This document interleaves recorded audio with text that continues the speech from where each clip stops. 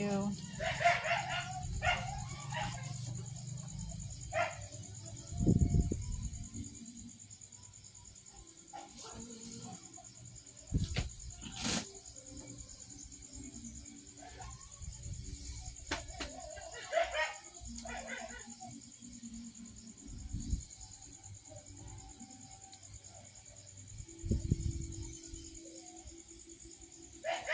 Ganito ang buhay tindahan. Anong oras na ngayon? 7. Labumas ako kasi 7:35. Mamaya pa, may ilang may 7:35. Mga isang oras pa.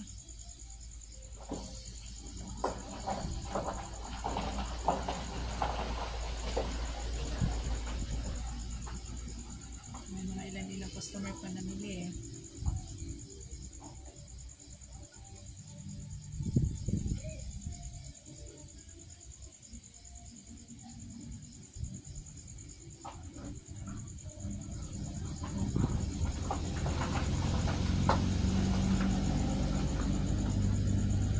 Ganito pag Sunday guys. Biglang customer service sa nakakapagod. Ayos na. This na pinapas.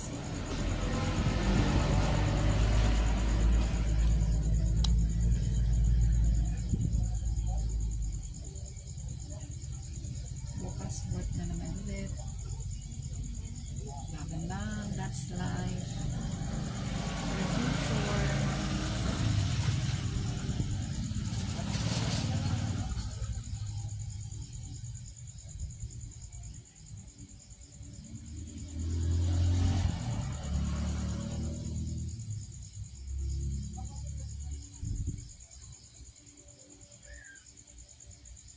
Sikreto lang talaga sa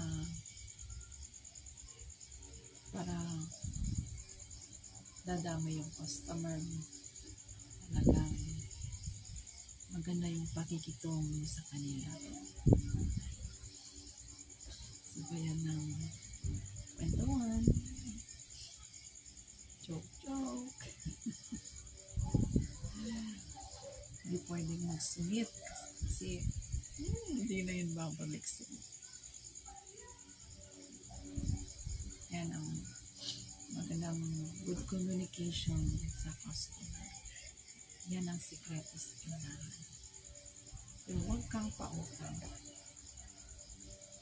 Yan ang huwag kang magpautang kasi 1 week hindi yan mabalik sa'yo. Ano eh, biro namin wala na kasi tayo pa ng 1 week. Tayo pa ng 2 weeks.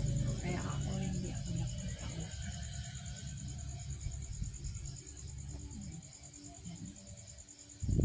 Yung kapital mo ngayon, umutang na, 1 week o 2 weeks pa babalik. Kung ibalik mo, pang grocery, wala na.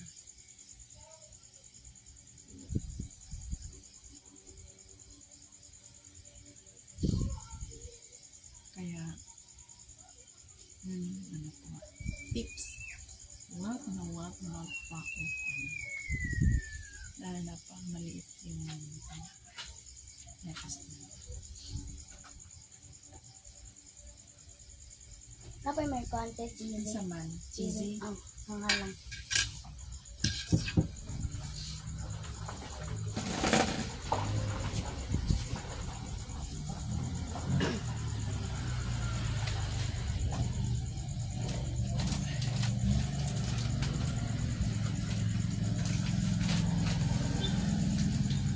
Mango, dili mo palitan. Hila ko mo.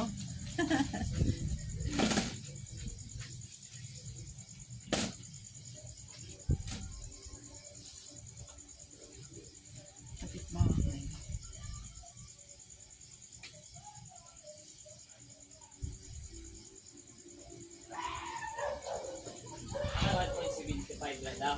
Ha? 1.75. Hindi, 1.5 lang.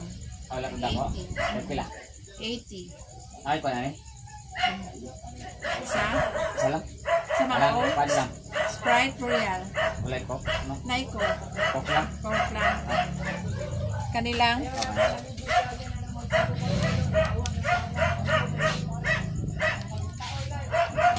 Wala ka nang biligit yung dagko. Ha? Wala ka nang biligit yung dagko. Ay, malaman mo to siya, sir. Free lang Ay, siya. dire, Ano yeah. lang to sa Coke ba? Ah, Wala na po nila.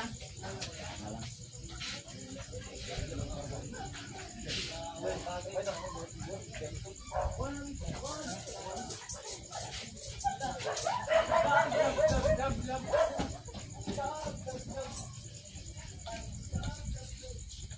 Five, six, seven, eight, nine, 10.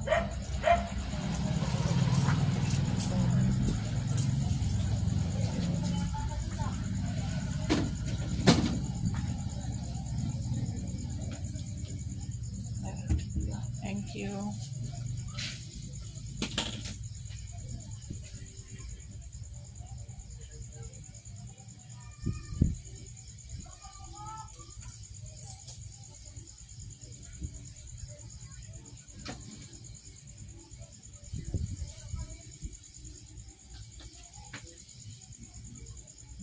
Yan, tiyaga lang talaga.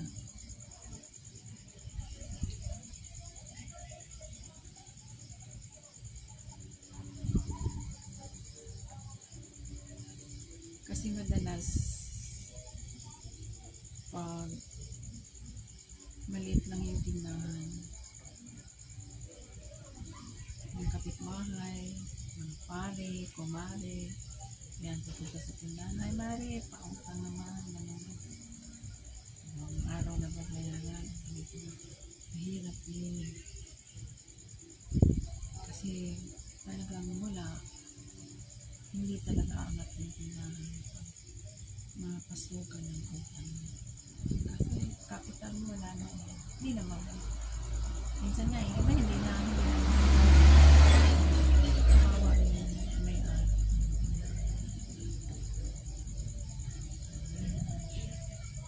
Masakit. Yan nga kasi, ano nga, bahay, pangaray, may mga kapatid. Business is business. Walang kaibigan. Okay lang naman sana kung good year. Okay yun. Pero pa, makalimutan na yung tao nila. Wow.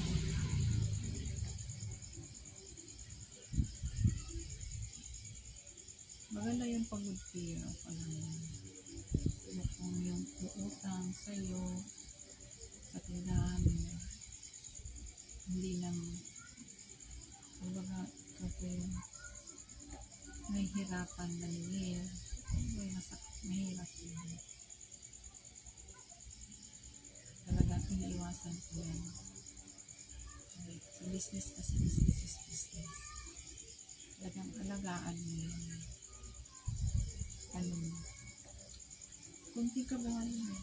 Kasi dyan ka lang kumukuha ng ano. Yan ang hanap ko. Paano kung lahat na lang? Diba? Hindi naman kasi mag-agal. So, ano naman. Hindi naman malapitan. Hindi naman sa ganun. Hindi sa ganun hindi malapitan.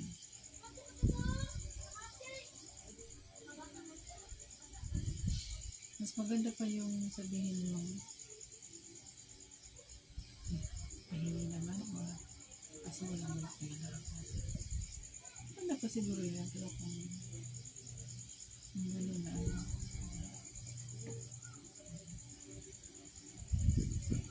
Kasi hindi basta-basta mag-manage ng tindahan, maliit man siya or malaki, pareho lang yun siya, i-manage. Hindi madali mag-manage na yun. Kahit maliit na tindahan, mahirap mag-manage. Kasi lahat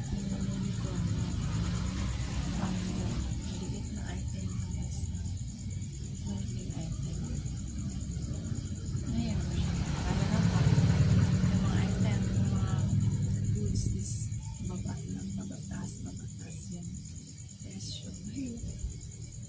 Kaya mga excavation, kailangan pabantayan mo. Hindi mo mabantayan. Sayang. Hindi naman lugi.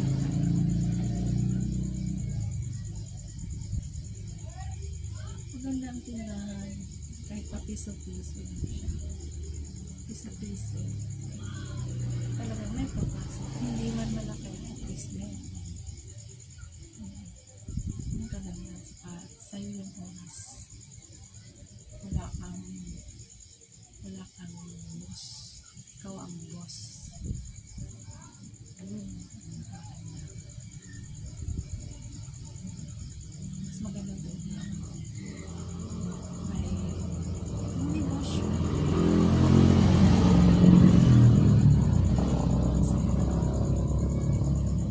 Lalo na kung mag-manage mo ng ayos, talagang aangat ka.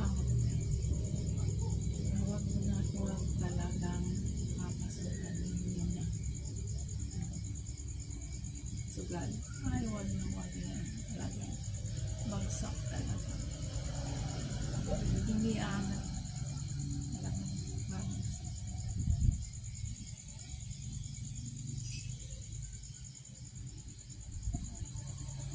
Sinasabi.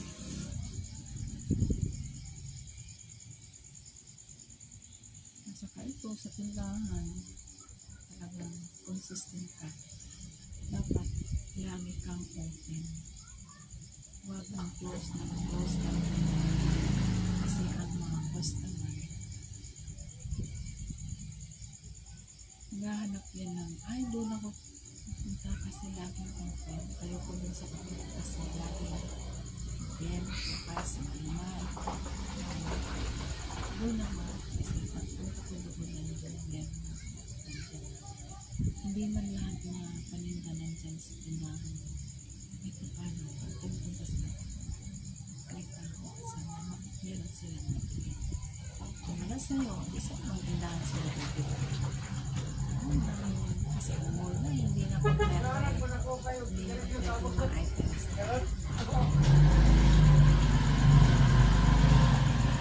Ayun lang, pag wala sa'yo, sa iba sila bibili. Ayun siya.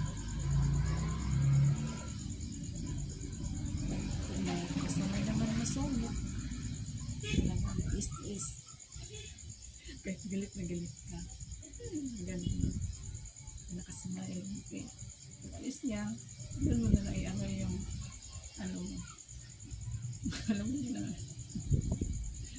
May mga customer talagang ganyan. Kaya, ano na lang. Magam na lang.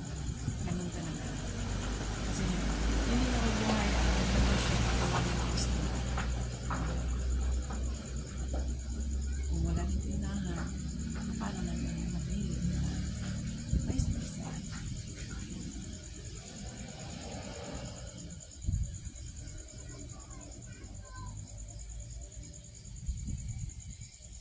Ito, 6 o'clock, from 6 o'clock until 8:45 ako na-open. Kahit Sunday, ito, ngayong Sunday, open lang. So, pwede naman half day, para sa church, sa simbahan.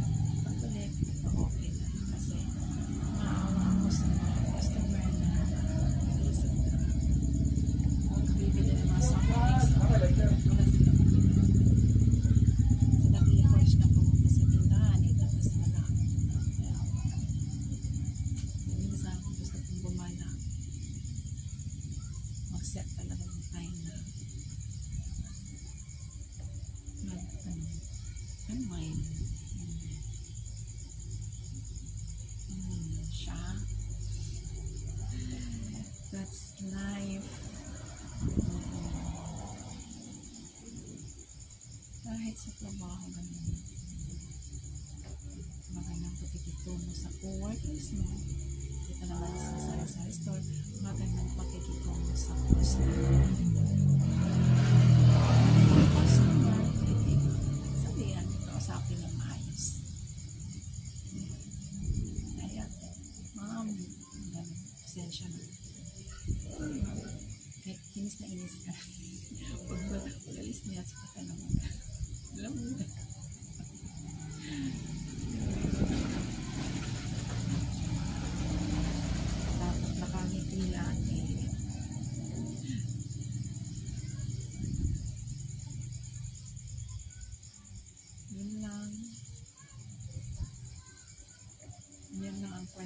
sa tindahan.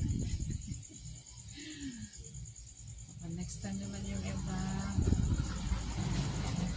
maraming pang kwento sa tindahan. Sa buhay na tindahan. Nanulugi ka. Pag sobrang mo, ulang ka na. Isa naman, sobrang naman. Yun ang mahirap.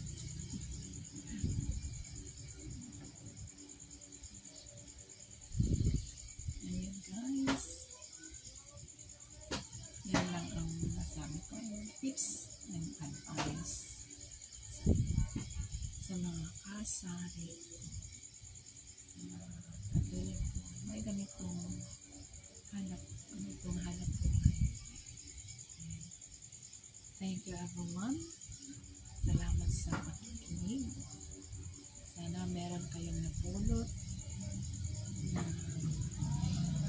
ma-apply ninyo sa tindahan or sa hindi na sa tindahan kasi co-workers no kung natrabaho kayo, especially sa mga ganitong may relasyon para sa